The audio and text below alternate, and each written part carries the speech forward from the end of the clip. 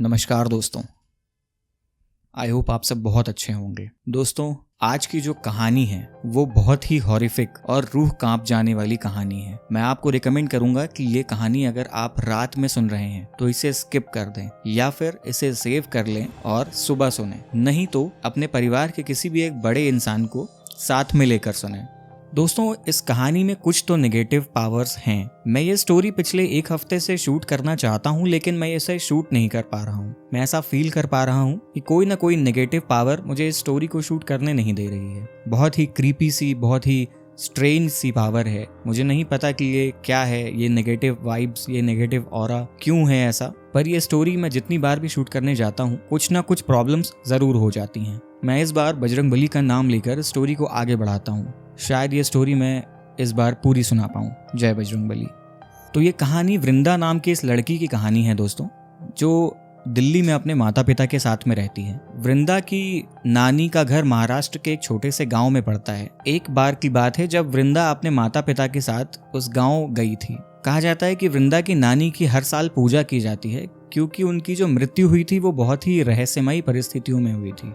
ये बात गांव में कोई नहीं जानता कि कैसी रहस्यमयी परिस्थितियां थी, वो क्या हुआ था उनकी नानी के साथ, पर बड़ी अम्मा को सब पता था। बड़ी अम्मा इसी कहानी का एक कैरेक्टर हैं, जो मुझे मेरे सब्सक्राइबर ने जो स्टोरी सुनाई थी उसने बड़ी अम्मा को हाईलाइट किया था, एक की रोल प्ले किया है इसमें। तो कहानी में आगे बढ़ते हैं। पहले दूसरे तीसरे दिन तो सब सामान्य सा लग रहा था। सब अपने अपने काम में व्यस्त थे। कोई खेती कर रहा है, कोई ट्रैक्टर चला रहा है, कोई शहर को गया हुआ है। सब अपने काम में व्यस्त थे। लेकिन फिर भी उस गाँव में एक अजीब सा सन्नाटा था। रात होते ही तकरीबन 6-7 बजे के आसपास सब अपने अपने घर को ऐसे चले जाते थे जैसे वो गांव भूतिया हो, उस गांव पर काली आत्माओं का साया हो। वृंदा को ये बात बहुत अजीब लग रही थी, पर वो कर भी क्या सकती थी। एक रात वृंदा जब अपने आंगन में सो रही थी तो उसके साथ कुछ ऐसा हुआ जिससे वो बहुत डर गई। वृंदा ने रात में लगभग 3 बजे अपनी आंखें खोली और उसको लगा कि उसके सीने पर कोई बैठा हुआ है। उसे ऐसा फील होने लगा कि उसका सीना बहुत भारी भारी सा हो रहा है, और उन खुली आंखों से वो जो देखती है उसके शरीर का खून सूख जाता है। वो देखती है कि आंगन के एक कोने में एक अजीब सी परछाई बन रही है जो उसे लगातार घूरे जा रही है। उसकी आंखें मानो थी ही नहीं। वो काली काली सी आंखें काफी देर तक वृंदा को घूरती रहीं और उसके बाद वो अचानक से गायब हो गई। वृंदा इतनी ज्यादा डर चुकी थी कि उसने किसी से कुछ नहीं कहा। अगले दिन उसके सपने बदल से गए थे। अगले दिन जब उसने सपने में उसी औरत को एक पीपल के पेड़ के पास इर्द गिर्द घूमते हुए पाया और वो कुछ बड़बड़ा रही थी, 108 बार फिर मुक्ति मिल जाएगी, 108 बार फिर मुक्ति मिल जाएगी, ऐसा कुछ। वृंदा को कुछ समझ तो नहीं आ रहा था, क्योंकि वृंदा उसे सपने में देख रही थी। और अचानक से वही औरत उसके पास आती है और फिर उसकी मांग में सिंदूर और हल्दी लगाने लग जाती है। ये बहुत ही अजीब था वृंदा के लिए। और फिर अचानक से अंधेरा हो जाता है।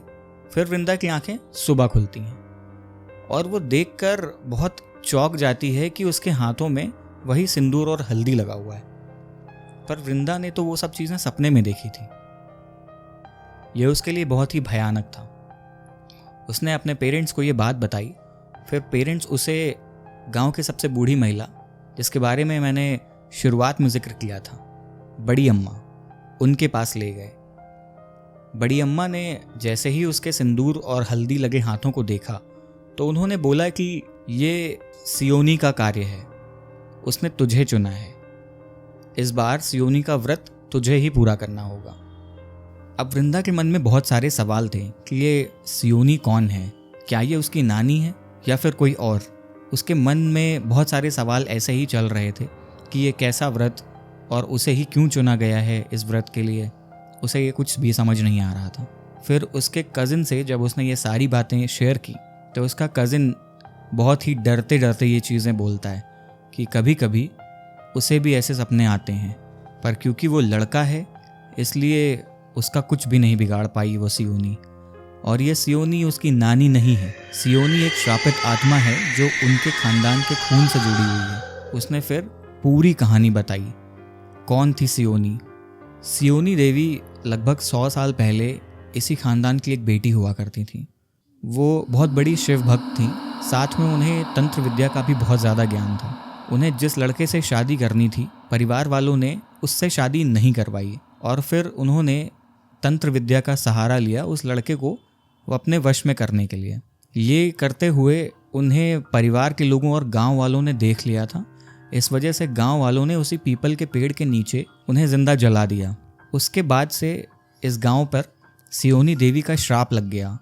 उसने कहा जब तक उसकी शक्तियां पूरी नहीं हो जाती वो वापस आती रहेगी और बदला लेती रहेगी अपने ही खून से। ये बात बहुत ही अजीब थी, लेकिन उस रात में जब वृंदा अपने कमरे में नहीं थी तो उसका कज़न उसे ढूंढते हुए आया और जब उसने पूरा घर ढूंढ लिया और उसकी कज़न उसे नहीं मिली तो उसने गेट खोलकर बाहर देखने की कोशिश की और वहाँ क्या देखता है कि वृंदा उसी पीपल के पेड़ के नीचे चारों तरफ उसके दिए जल रहे हैं। वो ध्यान मुद्रा में लीन होकर कुछ तप या जाप जैसा कुछ कर रही थी। उसके कज़न ने फटाफट वो वीडियो रिकॉर्ड कर ली और उसे काफ़ी फोर्स किया कि वो वापस चले घर, लेकिन वो ध्यान मुद्रा में थी और उसकी बातें बिल्कुल भी नहीं सुन रही थी। उसने फटाफट घर वालों को बुलाया। जैसे तैसे करके वृंदा को वो लोग घर लेकर आए और उसे एक कमरे में बंद किया। अब वृंदा की हालत पहले से और भी ज़्यादा बुरी हो चुकी थी। उसकी आंखों के नीचे काले घेरे आ चुके थे, उसके बाल खुले बिखरे से अजीब से हो चुके थे जैसे किसी डायन या चुड़ैल के होते हैं। उसके बाद ये तो समझ में आ चुका था कि सियोनी का जो व्रत है वो शुरू हो चुका है, क्योंकि वृंदा अपने सेंसेस में नहीं थी। उसका परिवार इतना ज़्यादा डर चुका था कि उन्होंने पास में रहने वाले गांव के महेश बाबा, जो कि एक तांत्रिक हैं, उन्हें बुलाने का निश्चय किया। महेश बाबा ये बोलते हैं कि आप लोग सब इसको एक कमरे में बंद कर दीजिए और पूजा की सामग्री का इंतज़ाम करिए। वो सामग्री उन्हें लिख कर देते हैं और इसके बाद शाम को वो पूजा का आरंभ होता है।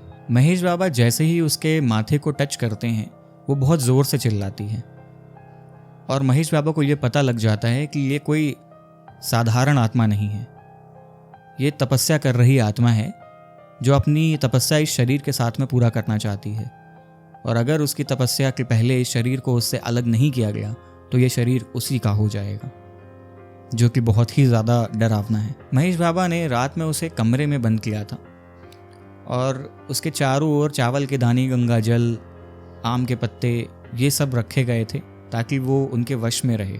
फिर महेश बाबा ने उसके पहने हुए काले धागे को काटने की कोशिश की। उन्होंने परिवार वालों से भी बोला कि आप इसके हाथ में पहने हुए धागे को काटिए। अचानक से उसके मुंह से आवाज आती है, अगर इस धागे को काटने की या जलाने की कोशिश की तो तेरे पूरे कुल का विनाश कर दूंगी। ये बोलकर उसकी गर्दन 180 डिग्री घूम जाती है, मतलब इस पॉइंट से इस पॉइंट तक 2 सेकंड में। ये देखकर घर वालों की आत्मा निकल आती है कि ये क्या हो रहा है उनकी बेटी के साथ। तभी महेश बाबा उस धागे को जला देते हैं। वृंदा बहुत जोर से चीखती है और अचानक से जमीन पर गिर जाती है, मानो उसके शरीर से वो प्रेतात्मा जा चुकी हो और उनकी पूजा सफल हुई हो।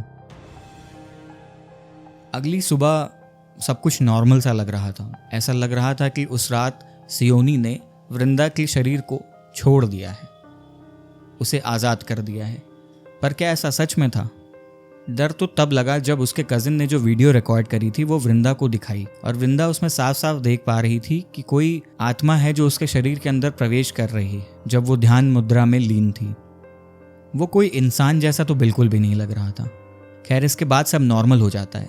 वृंदा वापस अपने घर चली जाती है दिल्ली। 2 हफ्तों के बाद जब वो अपने घर पे आराम कर रही होती है तो उसे एक लिफाफा मिलता है। उस लिफाफे में कोई एड्रेस नहीं होता। वो उस लिफाफे को खोल कर देखती है और उसमें से एक फोटो निकलती है जो कि बहुत पुरानी सी थी। उस फोटो के नीचे 1942 लिखा हुआ था और वो उस फोटो में देखती है कि उसी पीपल के पेड़ के नीचे 2 औरतें जो हूबहू शक्ल की थी वो बैठी हुई हैं और मुस्कुरा रही हैं।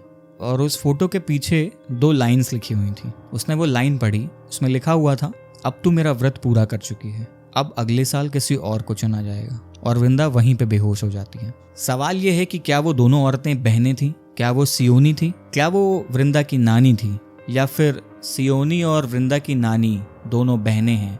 इस सवाल का जवाब आज तक कोई जान नहीं पाया। ना ही वृंदा के पेरेंट्स को ये बातें पता थी, ना ही वृंदा को ये बातें समझ में आई। खैर, मैं आपसे जानना चाहूँगा कि आपको ये कहानी कैसी लगी। क्या आप बता सकते हैं कि नानी और सियोनी दोनों आपस में बहनें थीं या नहीं थीं? क्या हुआ होगा ऐसा जिसमें वृंदा की नानी की डेथ हो जाती है? क्या वो व्रत वृंदा की नानी पूरा कर रही थी? क्या इसी परिस्थिति के चलते वृंदा की नानी की मृत्यु हो जाती है? कमेंट सेक्शन में ज़रूर बताएं और ऐसी और वीडियोस के लिए मुझे सब्सक्राइब करें। अगर आपके पास भी ऐसी कोई कहानी हो जिसे आप हमें शेयर करना चाहते हो तो मुझे इंस्टाग्राम या फिर ईमेल आईडी पर शेयर कर सकते हैं। क्या पता नेक्स्ट स्टोरी मैं आपकी ही नरेट करूं। तब तक के लिए शुभ रात्रि, जय श्री राम।